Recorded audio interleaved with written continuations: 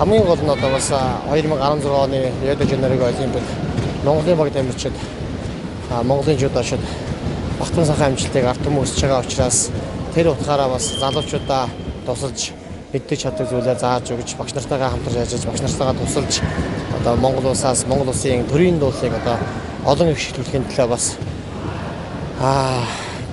хүч бий оролцуулсандаа бас түлэн баяртай байна. Тэгээд залуучууд амьчдаа одоо улам сайн одоо бэлтгэл сургууль хийлгэж амжилтын төлөө хамтдаа зүтгэж хамтын хүч амжилт гэдэг өрөөнд ороо нэгдэх болсоноо түүтэй таатай байна.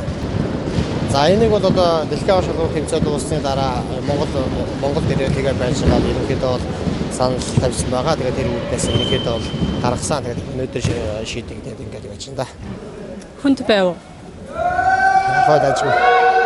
Тэгээд ихтэй ер нь бол яг одоо бэлтгэл сургуулаа тэмцээнд бэлдэж байгаа юм шиг тамирчтайгаа бэлдээд бэлтгэл сургуулаа хийгээд бэлтгэл дээр одоо барилдаад тий унгаагаар харилцаад тэгээд явах учраас бол сэтгэл их өөйг сайхан байна тий.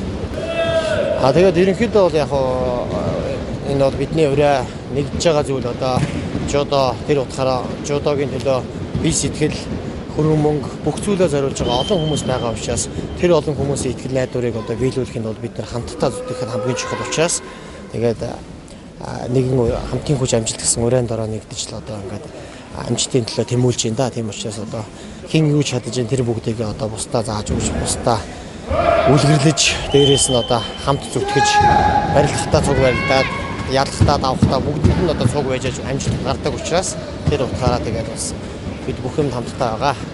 Одоо хүүхдүүдийг олимпийн араас медаль авахын төлөө тэгээ өөрийнхөө одоо бас гаргаж чадаагүй олимпийн авах гэдэг энэ сайхан цолыг одоо бас намжтаараа авахыг хүсэж байна да.